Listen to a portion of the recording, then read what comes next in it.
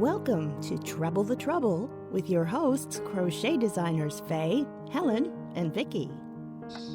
Hello and welcome to our third episode of Treble the Trouble. This month it's Treble the Trouble with reading patterns, and we've invited along a special guest. We have Sylvia, who is one of our Tier 2 Patreon supporters on Unravel and Unwind. Welcome, Sylvia. Please tell us a little bit about yourself.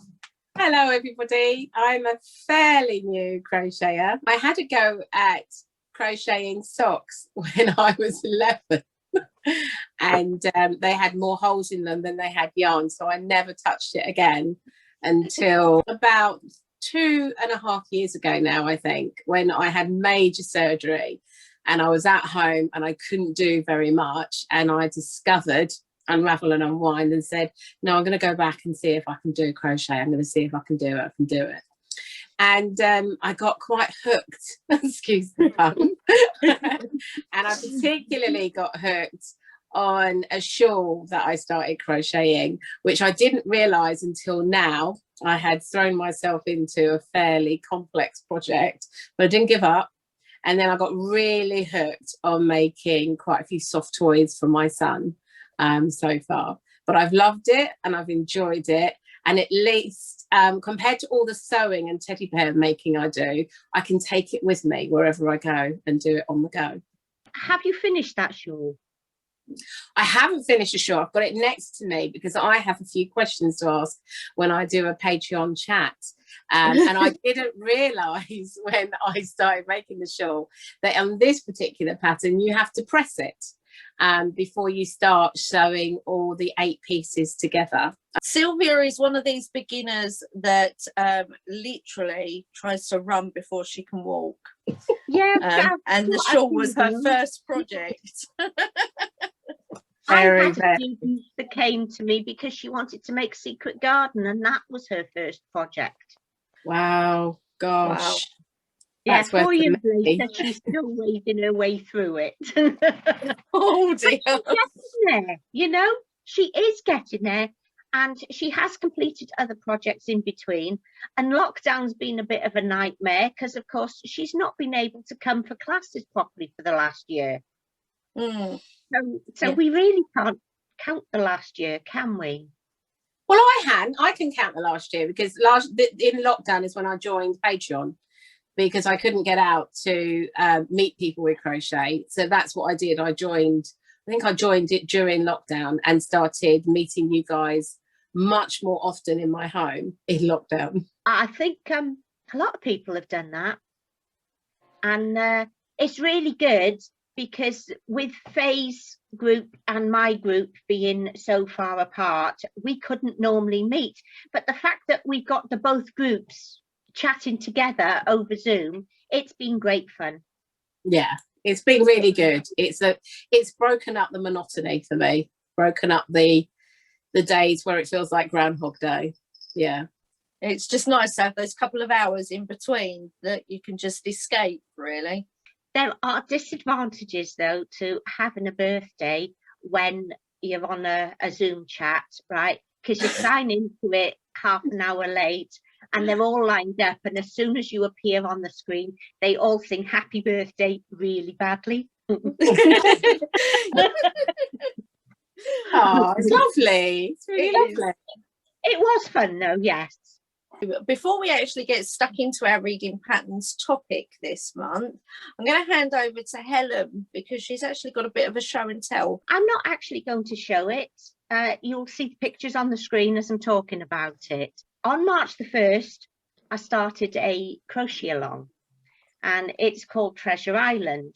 It's based obviously on pirates and ships and adventure and things, and it's something I've had in mind for a long time, but since opening the shop, I didn't actually have time to do that much designing. So lockdown has given me that. Treasure Island is my latest crochet along, and Sylvia's actually doing it as well. So Treasure Island is not exactly based on Treasure Island, but it is about pirates and treasure. So you have to find your treasure map and go on your journey. And the blocks are laid out in such a way so as they tell a story as you go. The first week we made 4 blocks, which was the 4 points of the compass. Those squares are just plain and the letters are sewn on, because as much as I hate sewing, I couldn't find an easy way of working those in. The second week is meet the captain.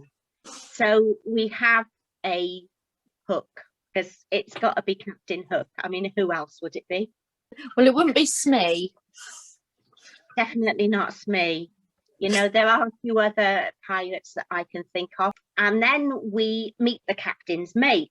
This one was actually the one that I had the most difficulty doing, because I couldn't get the right shape. It worked in the end, and I was really happy with it.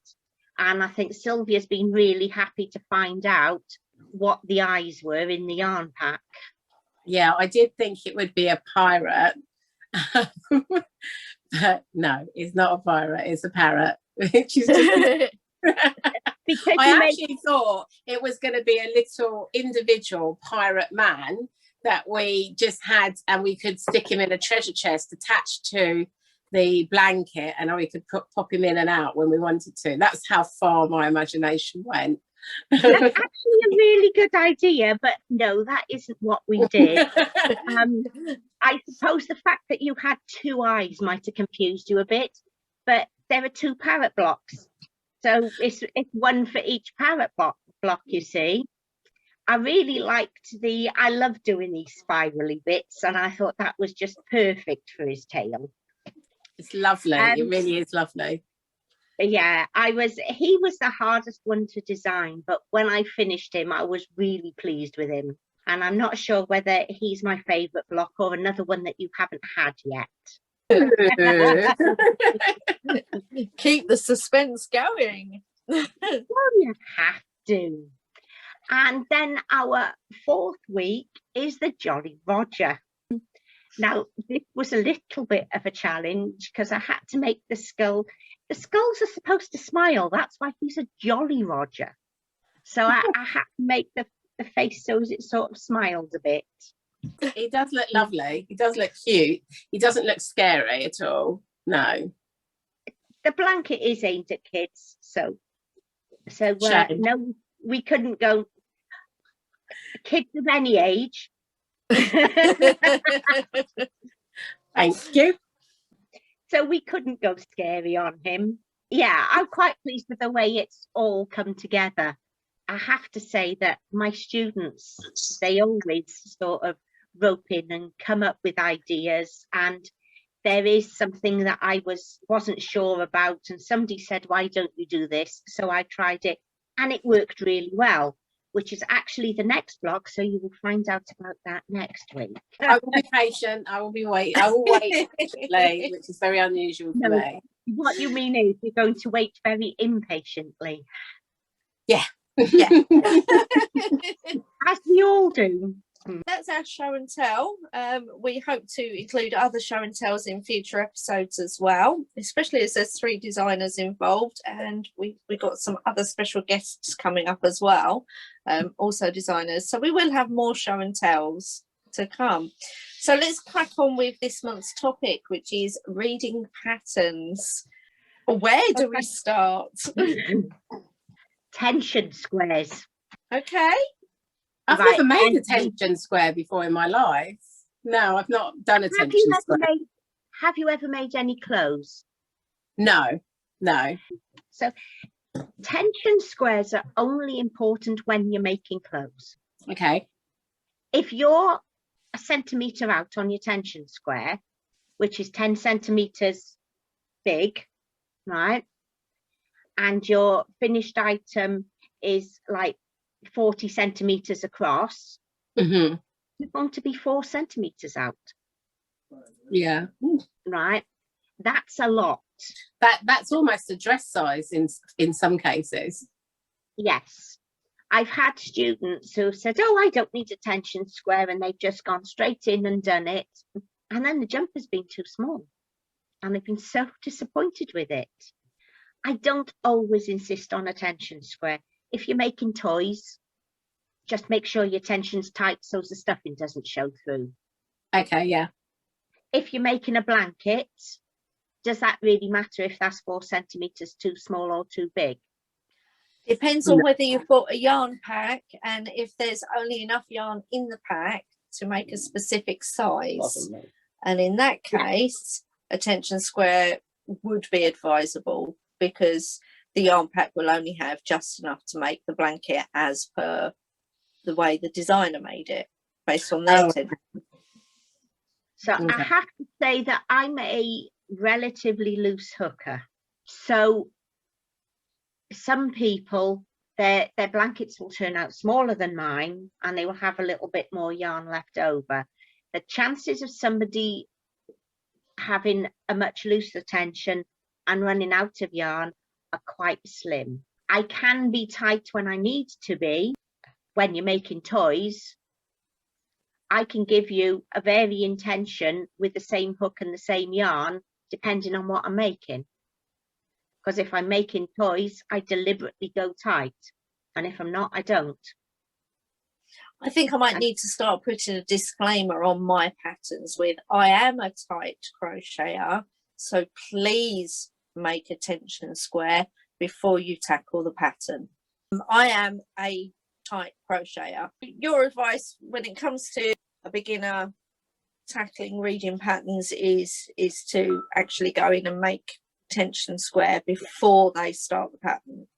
It's very important. And a lot of people, for example, this was not crocheting, and she's probably going to shoot me for telling you this, so I won't say who it is, but I know she'll be watching this when it comes out. Somebody recently knitted and spent a long time knitting a rather nice waistcoat. Tried it on and it was miles too small.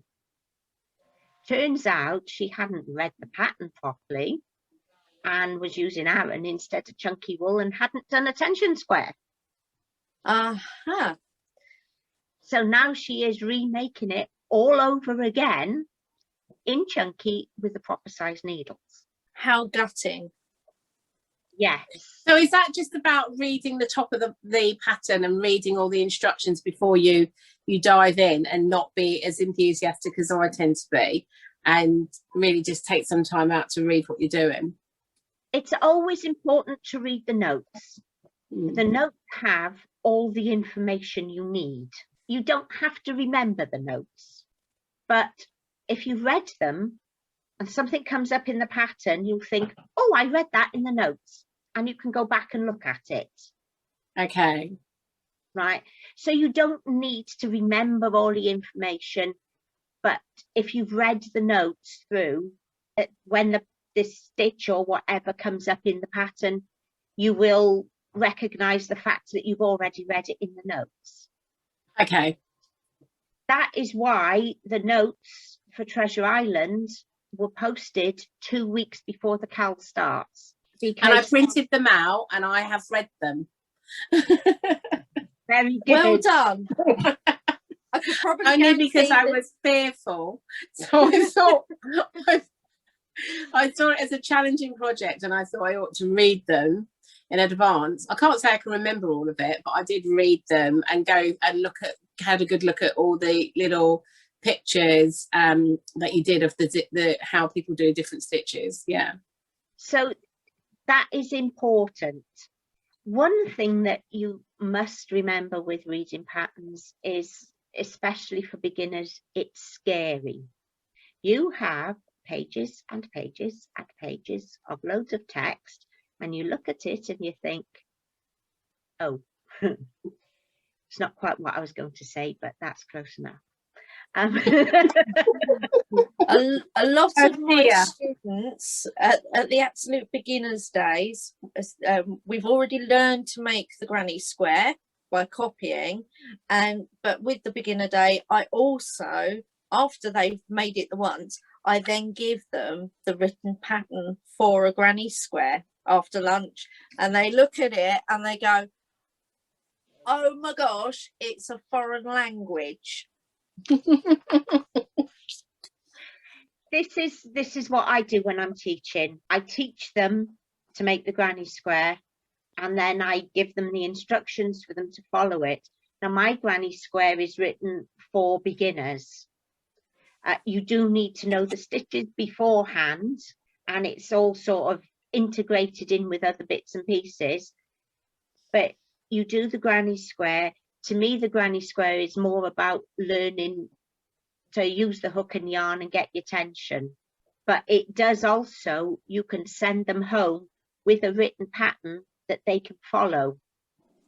It's not written quite the way that normal patterns are written, because it is written to teach. And then I give them a rainbow.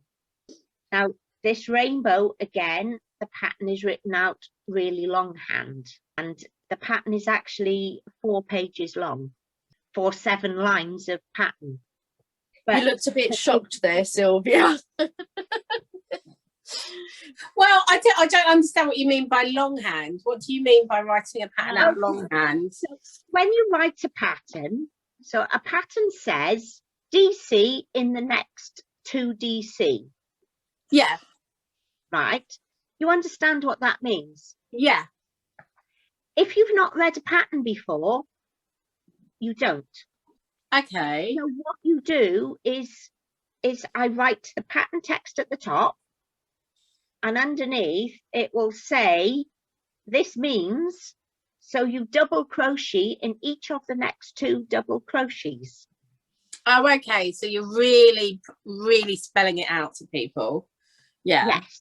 Yeah. That is why each line of pattern actually takes up half an A4 page. Wow. Yeah. Because Whereas, it includes a picture as well. oh, okay. Yeah. So it's written out really longhand. But then when it comes to other patterns, different places have different styles, but Faye will tell you more about this now because she's got her graphic. There we go. So this is the graphic. So this is actually showing small, very small excerpts from 4 different crochet patterns from 4 different publishers. The excerpt is actually, all of them are an amigurumi toy. So it's the same style of pattern. One of the patterns, so this one from Tuva Publishing, is actually in American terminology. Okay, so it mentions a single crochet as opposed to the English double crochet, same stitch. But these examples are just simply to show you that their style is different. So I've noticed with the one from So Crafty, here we've got square brackets with repeated information.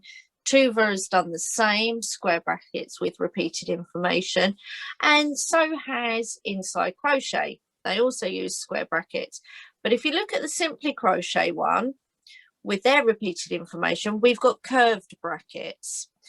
So, and I know that Helen, we use curved brackets for repeated information in our pattern, Yes, I do find that a little strange, because when you get the style sheet from Inside Crochet, they tell you to use curved brackets. They do indeed. And this example is actually taken from last month's issue. So does it make any difference, square or curved brackets? What does? No, you would still treat them exactly the same. So yeah, you're going to repeat all of that 6 times.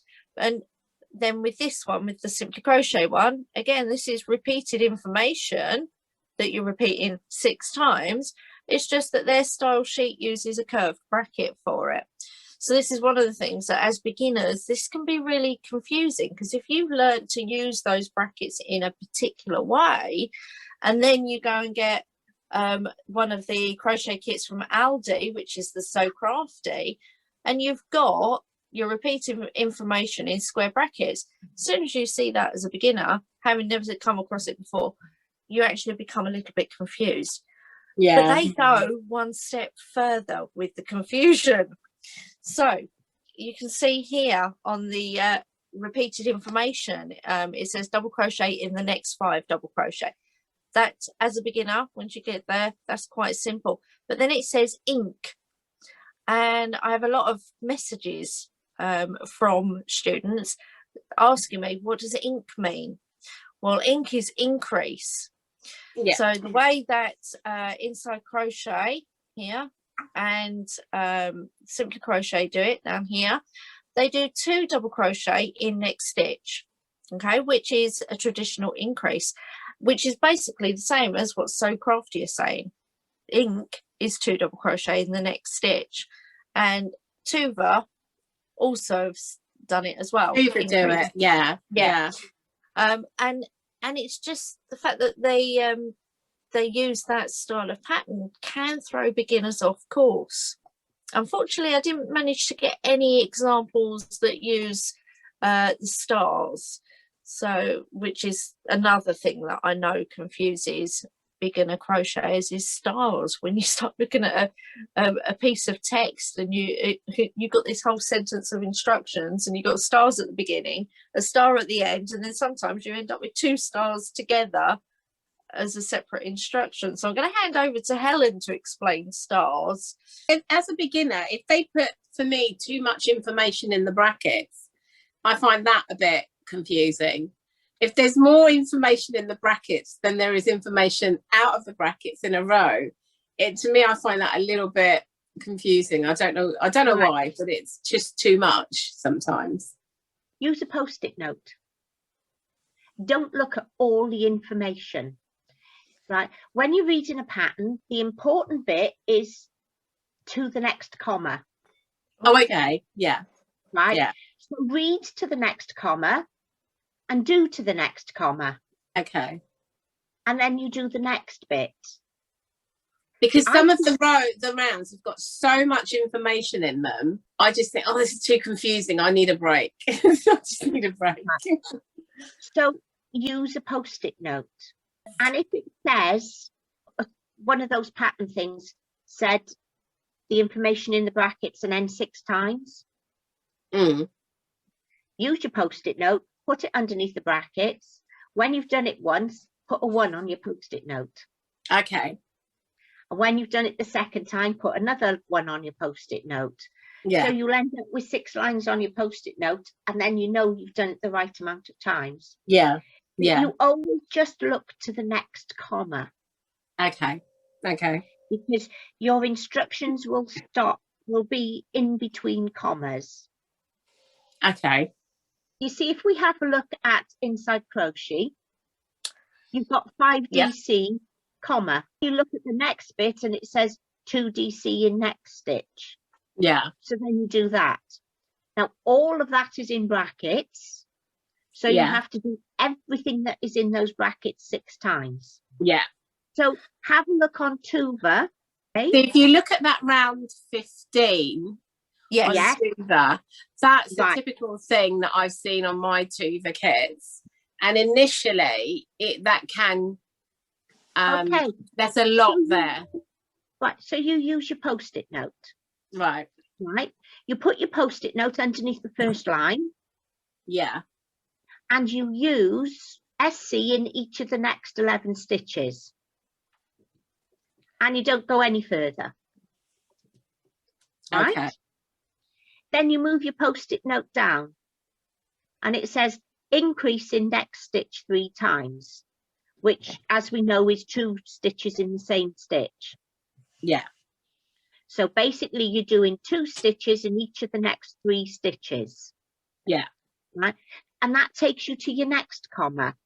Then you've got SC in each of the next 20 stitches, which takes you to your next comma. Yeah. So you're just reading to the comma each time. Don't read the whole thing. You do need to read the whole thing beforehand, but as you're working it, only read it to the next comma. Okay. It is best to read the pattern before you actually start, because sometimes things are said in it that, for example, leave a long end, right, for sewing. Yes, Faith laughing because she didn't read it and she cut it off short. Yeah. So if you read, you don't need to read the whole pattern, just the section you're working on. Yeah. right? But if you read it through, you're not going to have any surprises and think, I shouldn't have done that. Yeah, I'm just looking at the Simply Crochet example and wondering how many people leave the 6th and 30th stitches of round 6 marked, because I could guarantee that I would probably ignore that and then move on to the next part of the pattern and then wonder where I'm supposed to be putting my eyes at the end of the pattern. Because in the Tuva patterns, it does say, hint, mark this row because this is where your ears are going, or mark this row because this is where your nose strip's going. Yeah, with the So Crafty ones, they don't give that information at all. You know, they give you all the different patterns for making all the different elements, but they neglect to define placement Okay. of said elements. Now, you'd love mine, right? Because I make all those little bits and pieces first and then add them into the body as I go. So you don't actually have to sew them in. Okay. Which is, it's a lovely better. technique. It is. It's because really another nice thing about the patterns is they just say, oh, sew in the nose or sew in the ears. And although I do a lot of sewing and I make teddy bears, so it's fine for me to figure out how to get things sewn in quite quickly and quite neatly without it all showing. But I'm not sure if you haven't done that kind of sewing before, you need to practice, I think. The trick is lots of safety pins. Aha! You pin everything in place. I just use really tall pins that I use for teddy bear ears. I keep making teddy bears because I love them. But I use really tall, long pins that go into the bulk of whatever I'm doing, and it does hold it in there quite neatly before I start sewing. Blocking pins and T-pins are also useful for that, but yeah. If you're like me, right, you will end up sticking one of those into your finger. Okay. So that's why you use safety pins. When it comes to the magazines, I'm actually quite pleased with the magazines and the amount of information that they put in. So obviously you've seen examples of Simply Crochet and Inside Crochet patterns and the style of those. But if you go to the back of those magazines, every single issue, without fail, will have a photo tutorial guide on making the basic stitches, or if the magazine is concentrating on a particular style of crochet, for example hairpin or Tunisian, go to the back of the magazine and you'll have a written and photographical tutorial showing you how to do those stitches and techniques that have been featured in the magazine that month. So I do like magazines for that. I just wish there was a universal style sheet so that they all worked to the same style.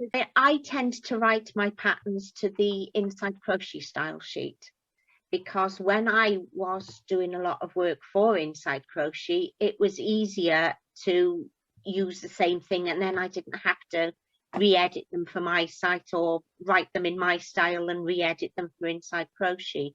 So I do tend to use that. I am really surprised at those square brackets, because the Inside Crochet style sheet tells you to use round ones for that and square ones for doing a certain amount of stitches in one stitch. Okay. Which is how I've learned through you.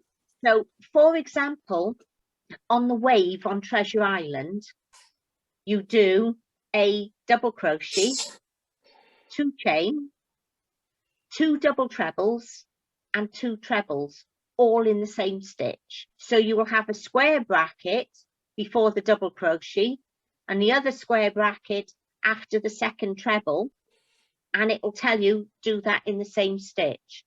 Whereas round brackets tend to mean repeat this that many times. Okay. And as crochet tutors who are teaching our students the use of the brackets in that way, when they then come across the Aldi So Crafty crochet kits or a Tuva kit, that's where the confusion comes in with the square brackets. I like my Tuva kits now. And they do put all the abbreviations at the front, and they do it's quite diagrammatical styled way of showing you how to do stitches. And they do put the US terminology and tell you the exact equivalent in the UK terminology. So now when I've done 3 kits now, I'm nearly finished the 3rd one. So now when I pick up a Tuva kit, I feel like, oh, it's easy. I don't really read the front and the notes anymore because I know what it all means. And I've got quite used to it. But I do realise in my crochet churning, I need to move out of the Tuva kits and do other things. And keep going with my Treasure Island. You found your comfort zone, haven't you? Yeah, I have. I have found my comfort zone. So yeah, we've obviously spoken about written patterns, and obviously the examples that I showed, you saw English and US terminology in there, and the internet can throw up some issues there for beginners as well when it comes to UK and US terms. Pretty much most of the stuff that is online is US. When you consider how many more of them there are than us, you know, it's a no-brainer really that most of it is going to be US. And crochet didn't quite die out in the US the way that it did over here. So they were still doing a lot of crochet when we weren't. So that's why so much stuff online is US.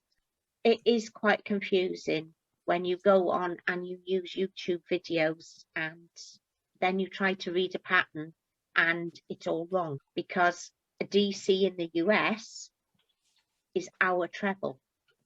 You learn all your terms and then you get a pattern out and you start to read it and you follow it, and it doesn't look anything like the picture because you've learnt the US terms and you're following a UK pattern. So that is something that you do really need to look out for. There are a few telltale signs in the patterns. So for example, in the US, they use SC. We don't.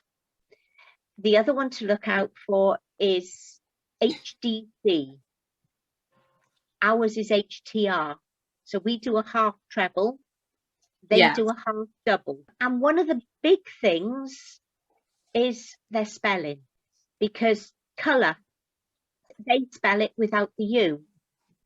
So when downloading from the internet, you're having to look at, you know, try and see if you can spot any of those in the pattern before you actually start making. I've not downloaded that many that I felt completely confused now that I know, because I didn't know before, but now that I know that they do use slightly different terms.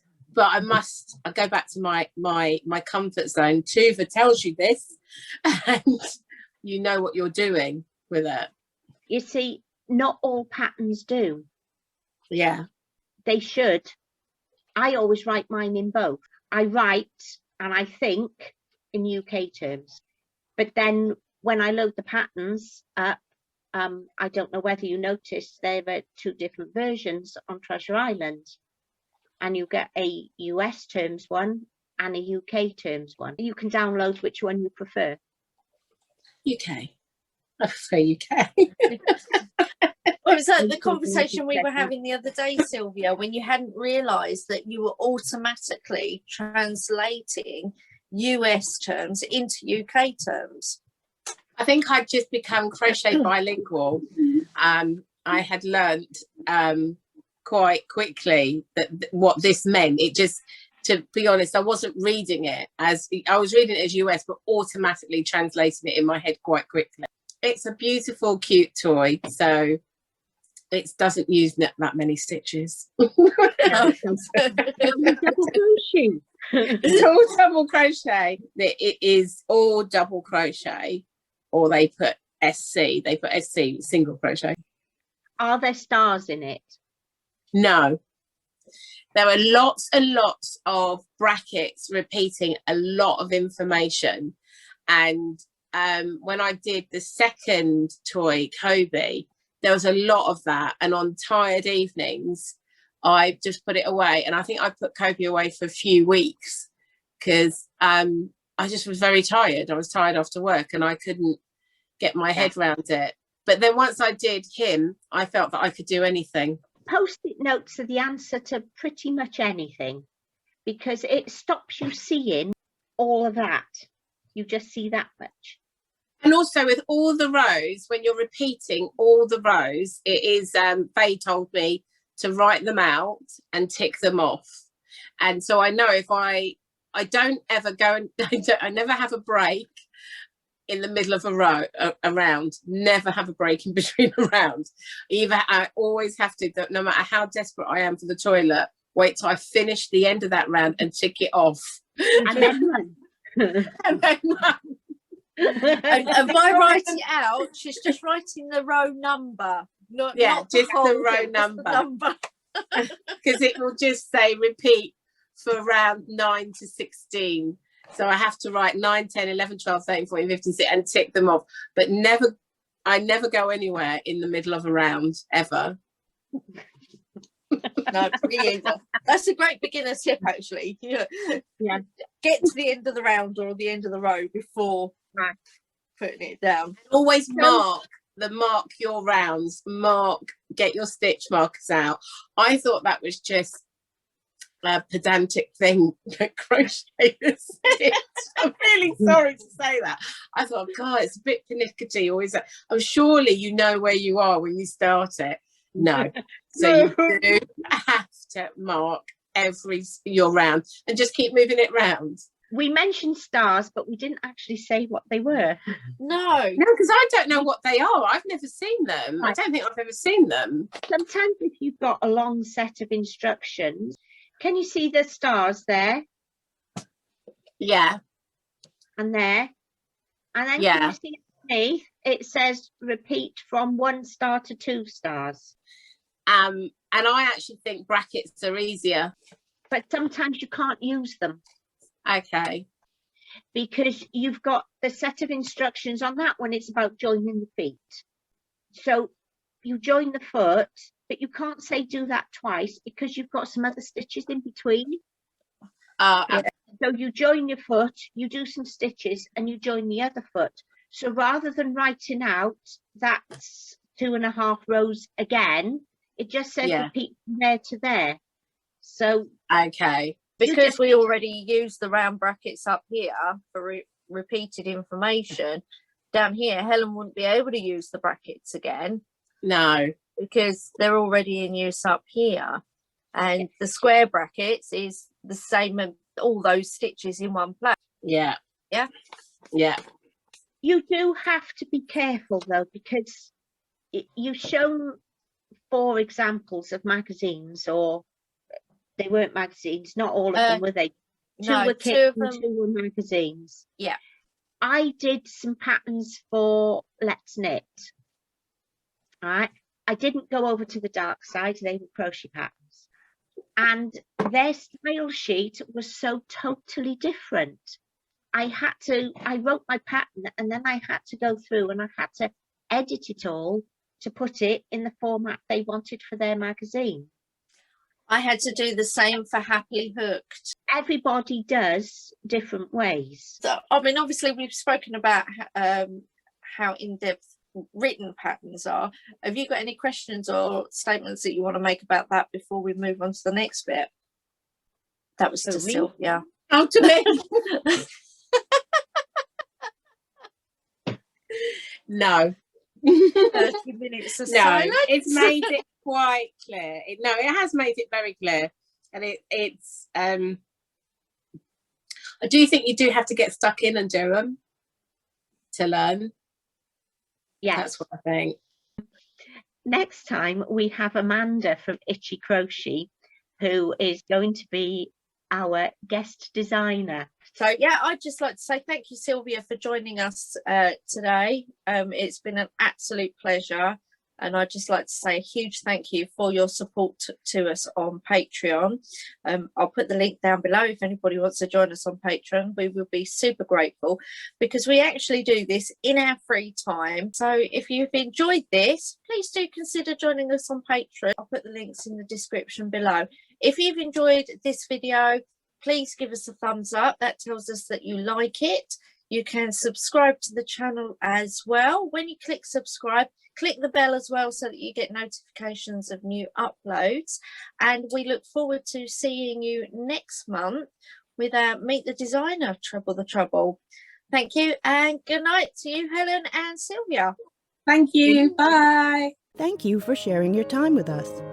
This video has been made possible thanks to Unravel and Unwind Patreon supporters.